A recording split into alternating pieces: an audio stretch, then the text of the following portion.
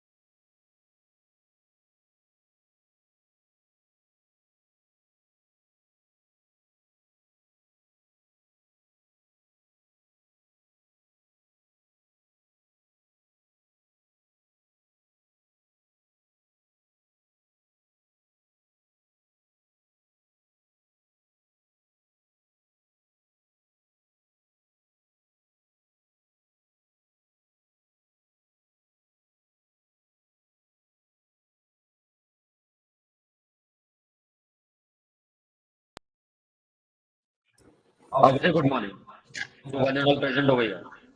I'm Mr. Anuj Tiwari. Welcome you all for the One Day International Conference titled as A Paradigm Shift, Growth, Transformation and Competitiveness in Business Management and Society. We have with us Session Chairperson Dr. Navneen Mistry, MU, Mandali College of Science and Commerce, Mumbai.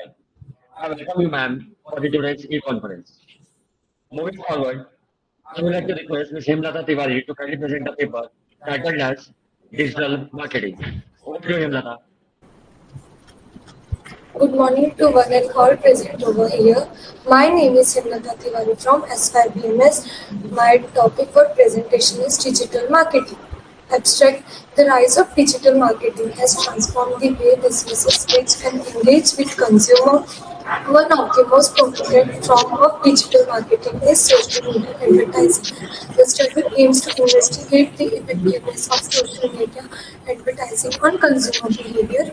The study utilized a survey questionnaires to collect data from sample of 300 participants who had been exposed to social media advertising. The data was analyzed using descriptive and informative statistics. The research showed that social media advertising has a significant impact on consumer behavior, particularly on their purchasing decision. The finding also suggests that social media advertising is more effectively influencing the behavior of younger consumers compared to older ones. This research provides valuable insight to business on the importance of digital marketing, particularly in social media advertising, in reaching and engaging with consumers. Introduction: digital marketing has revolutionized the way business interact with their customer. With the rise of social media platform, business have an unpredicted opportunity to reach and engage with consumers in ways that were not possible before. Social media advertising has become a prominent form of digital marketing, with business investing heavily in this area. The effectiveness of social media advertising on consumer behavior has been a topic of great interest to marketers and researchers alike. The study aims to investigate the impact of social media advertising on consumer behavior and to provide insight to businesses on the effectiveness of this form of digital marketing. Literature review: the literature of digital marketing and social media advertising has shown that these forms of marketing have significant impact on consumer behavior. Social media platforms, in particular, have become an integral part of consumer lives, and business have capitalized on this by using social media advertising to reach and engage with consumers. Research has shown that social media advertising is effective in creating awareness, generating interest, and influencing consumer behavior. Social media advertising has also been found to be more effective in reaching younger consumers who are more active on social media platforms. Methodology. A survey questionnaire was used to collect data from sample of 300 participants who have been exposed to social media advertising. The survey include questions on the participants' demographic information, their social media usage, and their behavior towards social media advertising. The data was analyzed using descriptive and informative statistics. Result. The results show that social media advertising has a significant impact on consumer behavior, particularly on their purchasing decision. The majority of participants, 75%, reported that they have made a purchase after seeing an advertisement on social media.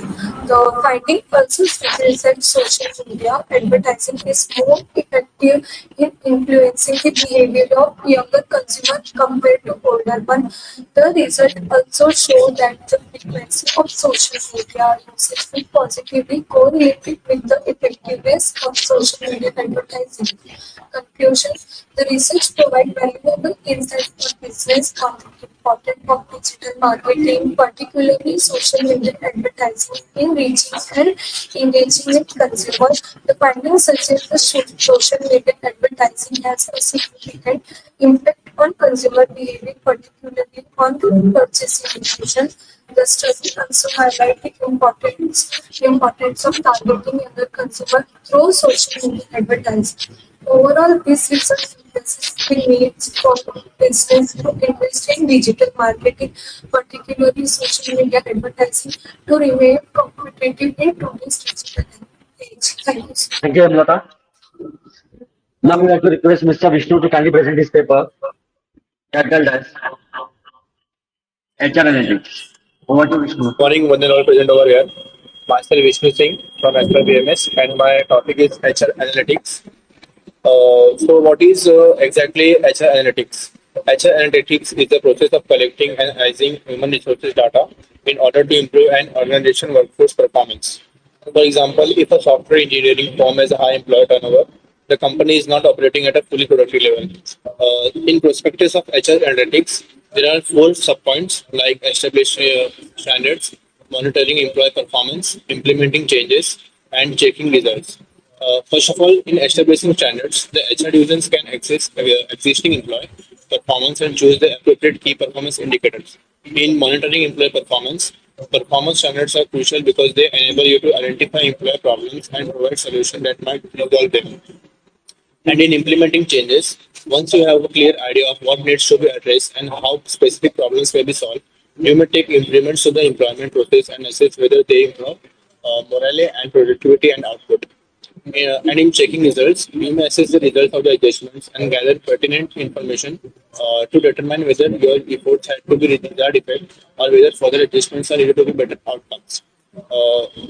HR entities are facing some challenges like holding information, raw data, analysis skills, big data, and not so big. In holding information, HRIS, LMS, ATS, etc. are chock full of relevant, and often current information. In broad data, focusing on metrics too big to assess, example, voluntary versus involuntary termination statistic. And in analysis skills, HR is often not the analytical expert in the organization. Instead, it was the CFO or engineering or quality. In big data or not so big, if the organization is large, it is easy to collect big data or recruiting, training, succession planning, turnover. But organizations that are smaller do not often have big data. And coming to strategies of HR analytics, there are 5 points like establish a goal, data collection, data integration, analysis. So in establish a goal, the first step after deciding to use people analytics in your HR strategies is establishing which issues the organization need to tackle. In data collection, once you have established your goal, the next step is to data collection. Before you begin, you will have to decide which metrics and KPI you should be tracking. While some of the data you need to make readily available to you and your team. And in data integration, your data collection strategy must have involve gathering information from numerous sources. So that the next step is to compile all the information in a process referred to as the data integration of a HR reporting.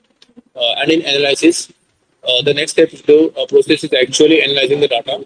At this stage, your team will identify relevant patterns and develop hypotheses on how to address issues. And fifth point, establish and implement strategies. Once patterns have been detected, the last step is establishing and implementing a chosen strategy. At this point, the HR department should meet this management team to present their findings and propose the solution. You will be able to clearly display your proposed initiatives and anticipated outcomes using the predictive models. Effectively has devised strategies that will improve your organization performance. If your HR department doesn't have a people analytics team, Effectively can help you create and implement a people analytics plan. Get in touch with a consultant from one of the Europe most recognized brands to follow. Thank you. Thank you, Vishnu. Now, I would like to request Mr. Yasin Khan to kindly present his paper topic as comparison between the mutual funds and the UPIs. Over to you, Yasin. Hey everyone, my name is Yasin Khan. I am from BAF. Under the guidance of Ms. Pallavi Singh Mirgal, I am going to talk about analytic studies of comparison between mutual funds and units. Introduction. Giving investment is the best option for any liquidity than keeping it in storage. Rational people like investors liquidity and places from where they can get maximum returns from it as well as the insurance of maximum safety. There are many options to invest liquidity, especially cash. From returns could be easily available like funds, mutual funds, unit property, etc. Aims and objectives. To have a better understanding the key difference between these two investment options to provide investors with the information needed to make informed investment decisions. To evaluate the performance cost structure and risk associated with unit and mutual funds to create awareness among the investor about the various features, benefits, and risk of unit and mutual funds. Mutual Yes. Mutual funds offers better returns than cost and give flexibility in asset allocation. Units provide more comprehensive insurance coverage than mutual funds, making them a better option for individuals seeking both investment and insurance benefits. Mutual funds are more suitable short-term investment goals, while units are better suited for long-term investment and insurance needs. The tax benefits associated with units make them more attractive investment option and high income individuals like a higher tax bracket. The investment performance of units is subject to great risk due to their exposure to e- equity market, whereas mutual funds offer great diversification options and lower risk methodology. Research approach. Defining the research problems. The first step is to define the research problem and the objective of the study. This could involve identifying the key variable that needed to be examined and the research question that needed to be answered. Data collection. Primary and secondary data will be collected to examine the performance, cost structure, research, and tax implications. of units. A mutual fund's primary data may be collected through a survey, interviews, or focus groups, while secondary data may be obtained from financial database, regulatory filings, and other sources. Data analysis. The data collected will be analyzed using strategies to identify the key difference and similarities between units and mutual funds. This will involve comparing the returns expense ratio, assets calculation, allocation, risk, expense, and other key. Conclusion. If we wish to take an aggressive exposure to the quantity market, it is good to buy mutual funds units won't be able to give you a similar return. If we think we are not disciplined enough to make regular investment and need a fund to make us invest, we should invest in units. If we want to take a lower exposure to equity market and still get the tax-free returns, we should invest in units that make sure that funds we are invested is conservative funds. Thank you. Thank you, Yasi. Now I would like to request Mr. Makran to kindly present his paper titled as Examining the Efficiency of the Social Services Towards the Handicapped People, a Systematic Review. Over to you, Makran. One and all present over here. Myself, Makran Deshmane. My topic is social services towards the handicapped people. Abstract. This paper reviews the existing literature on social services provided to handicapped people. The study aims to evaluate the effectiveness of these services in improving the quality of life and well-being of handicapped individuals. The research methods used in the paper is a systematic review of published articles and reports from different databases, including Google Scholar, PubMed, and Science Direct.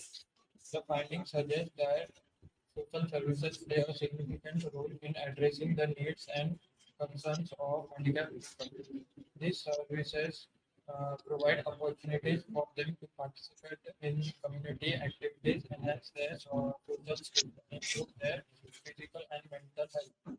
However, the study also reveals that the accessibility and availability of social services varies significantly among different regions and countries. Introduction towards social services.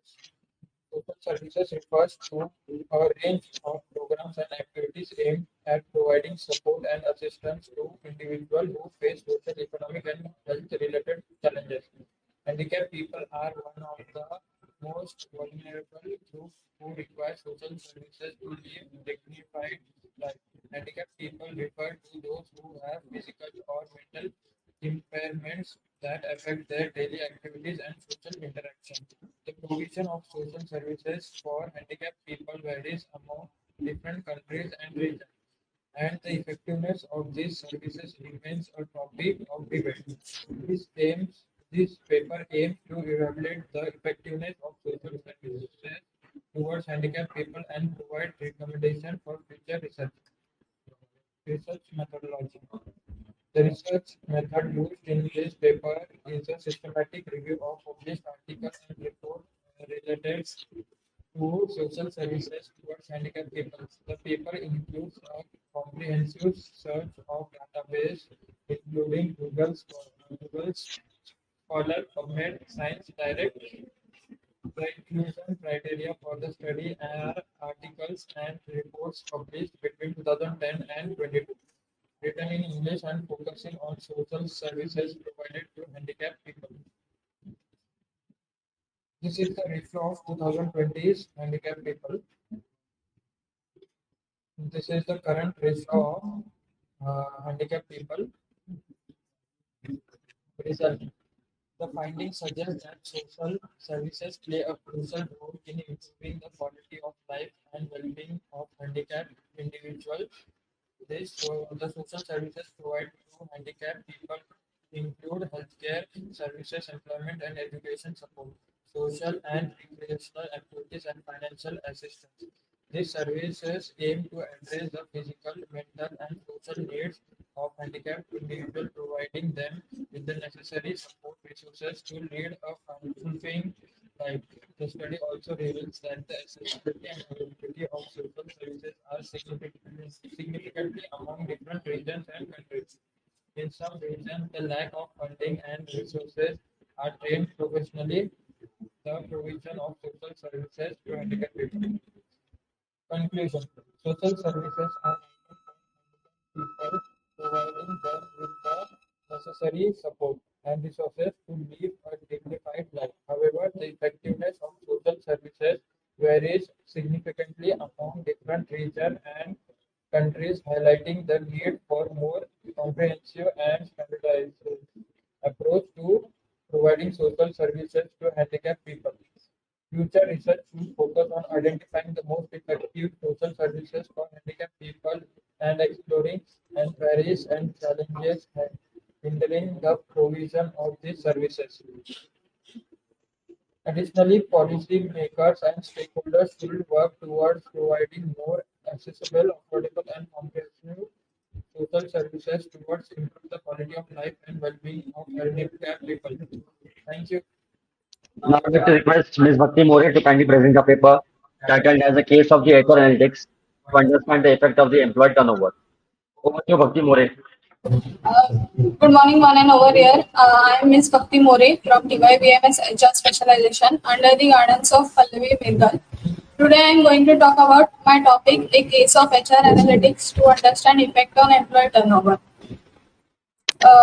Introduction. In this study, the research tries to establish correlation between training and development, performance management, and compensation and benefits. Employee who leaves the company within a specific time frame are measured by turnover.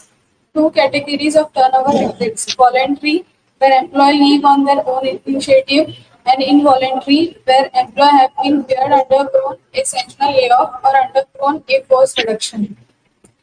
Next slide is aims and objectives. There are aims and objectives. The objectives of the purpose of study wants to show that there is a relationship impact between organizational culture, pay scale, evaluation by peer standards, and tension, and it is directly or indirectly related with employees' turnover. The next slide is hypothesis. There is a relationship between organizational culture, pay scale, and employee turnover. And there is in HO, there is no relationship between organizational culture, pay scale, and employee turnover. Next slide is about methodology. In research approach, according to this model, positivity is a suitable because theory is already generated. We just state the theory, in which we ask to point question to our respondent and we make formal relationship with our respondent because we don't need to too much understand with the respondent. We just want to know basic information. In next, deductive approach used because quantitative methods used in order to investigate the relationship between organization culture, pay scale, evaluation, and by peer standard, attention, and employee turnover. Researcher will identify if there is any association between organizational culture, pay scale, evaluation by peer standard, attention, and employee turnover. The last slide is about conclusion. The study of focuses on how HR practices could be innovated and transformed from their traditional transactional roles to transformational roles and more strategic in nature. The study tries to explore and understand the role of analytics in this transition of HR role from traditional to modern business time. Thank Thank you, you. Bhakti. Now I'd like to request Ms. Kiranpreet to kindly present a paper titled as Financial Management. Over to Kiranpreet. Good morning, one and all present over here. Myself, Kuldeep for sending from SYBMS. My topic name is Financial Management.